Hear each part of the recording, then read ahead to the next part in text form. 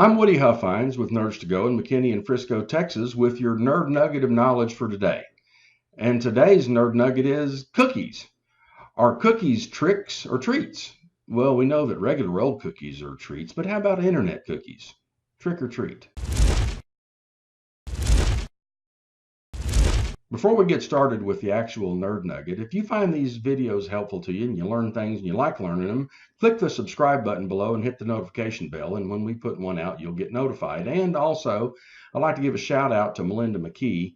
My cuz helped me out by saying, hey, what's up with this cookie thing? And gave me the idea to talk about cookies today, which is appreciated.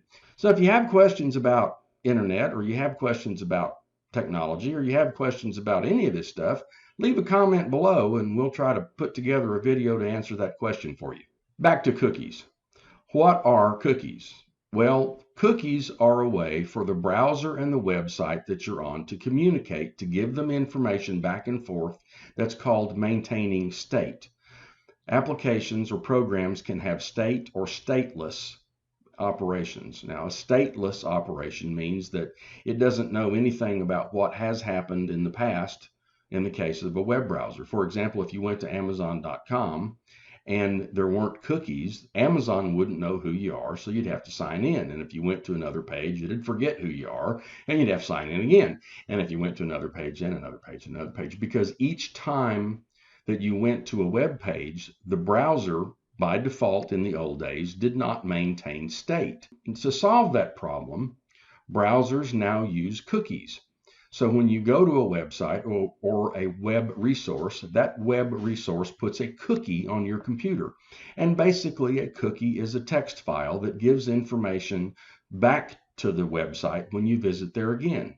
So you go to Amazon and you log in, and Amazon puts a cookie on your machine. So the next time you go to Amazon, Amazon knows who you are. So you don't have to log in. Well, when you buy something, you have to log in again and put in your password. But it remembers what was in your cart when you left last time, and it remembers the things that you looked at, because that cookie maintains state between your computer and the computers at Amazon. Pretty handy, until the people that do advertising figured out, hey, they could put a cookie on there too. So then we came out with third-party cookies. Originally, cookies were what were called two-party cookies. I was party number one, and the website I was visiting was party two. And so the only people that were handing cookies back and forth were me and the website. So it's two-party cookies. The advertisers figured out that they could put a cookie on my machine, and that was called a third-party cookie, or a third party in the transaction would put a cookie on my machine. And then they would use that cookie as a tracking cookie to see which websites I visited. So each website I would go to, if that website was involved with whatever advertising agency that was, they would be able to see what websites I had visited before and what website I was on now and how it related to the websites that I had visited before. That became a privacy concern. So for a while, the web browsers allowed you to click disable third-party cookies. So you didn't get third-party cookies on your machine, so people weren't spying on you when you were on the internet. That made the advertisers unhappy, because they couldn't sell you Nikes after you visited the Puma site, or know that you visited the Puma site to direct you to throw up ads for Pumas every place you went. That's how you get those ads that are generic to the things that you've been browsing.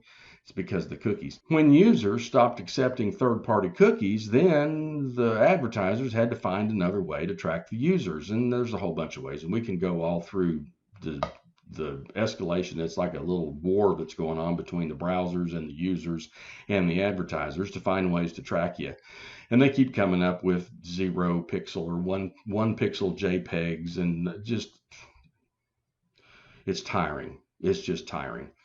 But at the end of the day, that privacy concern got bigger and bigger and bigger, until the European Union instituted the GDPR, which is the General Data Protection Regulation. The General Data Protection Regulation specifies that for websites that hit European Union citizens, it has to pop up something every time you go to the website that says, hey, this website uses cookies. second-party cookies and third-party cookies. And if you're going to use the website, you have to agree to it, which is, I suspect, why people are getting a little confused about cookies now, because most websites, since they're worldwide, are putting up that GDPR warning. Is it a good idea or a bad idea? In my opinion, it's a really bad idea because it habituates users into going, yeah, click. I want to see this, click. And they just click without reading or understanding. And now we're starting to see people use those little pop-ups to install malware on people's machines because they're so used to just clicking, they don't think about what it is they're clicking on. And instead of will you accept cookies, some of these little pop-ups mean, will you accept my malware so I can steal your credit card data? Government intervention in technical things usually turns out badly, in my opinion. So, cookies, good or bad? Well, they sure help us when we browse the internet because the websites that we go to know who we are, what we're interested in, what we've got in our cart, keep our password. That's all that stuff. And that's really good stuff. The third-party cookies, while they were initially a big concern, now there's so many ways for people to track you on the internet that third-party cookies are probably the least effective way. And at the end of the day, as we've talked about before, if a resource is free, like Google or like Facebook or like Twitter or like, well, all of the free social media things, for example, then you are the product.